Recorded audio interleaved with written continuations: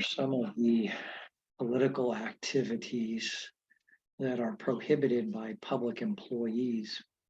The California Government Code in Title I, Division 4, Chapter 9.5, there is a section or several code sections of state law that prohibit certain political activities of public employees.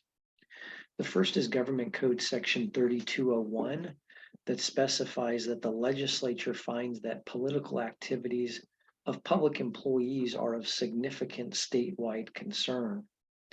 And so the provisions of this section of law in the Government Code supersede any provisions on this subject in the state or any city, county, or city and county charter.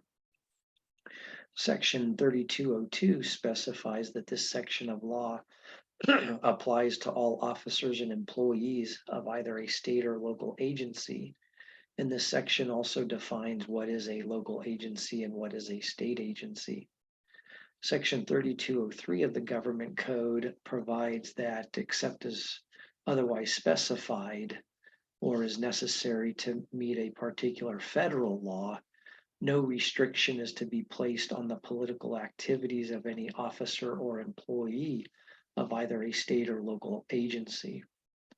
Section 3204 says that, or it prohibits anyone from holding office or employment or who is seeking election or appointment to any office can directly or indirectly use, promise, threaten, or attempt to use any office or authority to aid or obstruct any individual or person in securing any position or nomination or confirmation within that state or local agency. Section 3205 prohibits an officer or an employee of any local agency from soliciting directly or indirectly a political contribution from any officer or employee of that agency with knowledge that the person from whom the contribution is solicited is an officer or employee. And this also applies to candidates for elected office in the state agency. To violate it is a misdemeanor.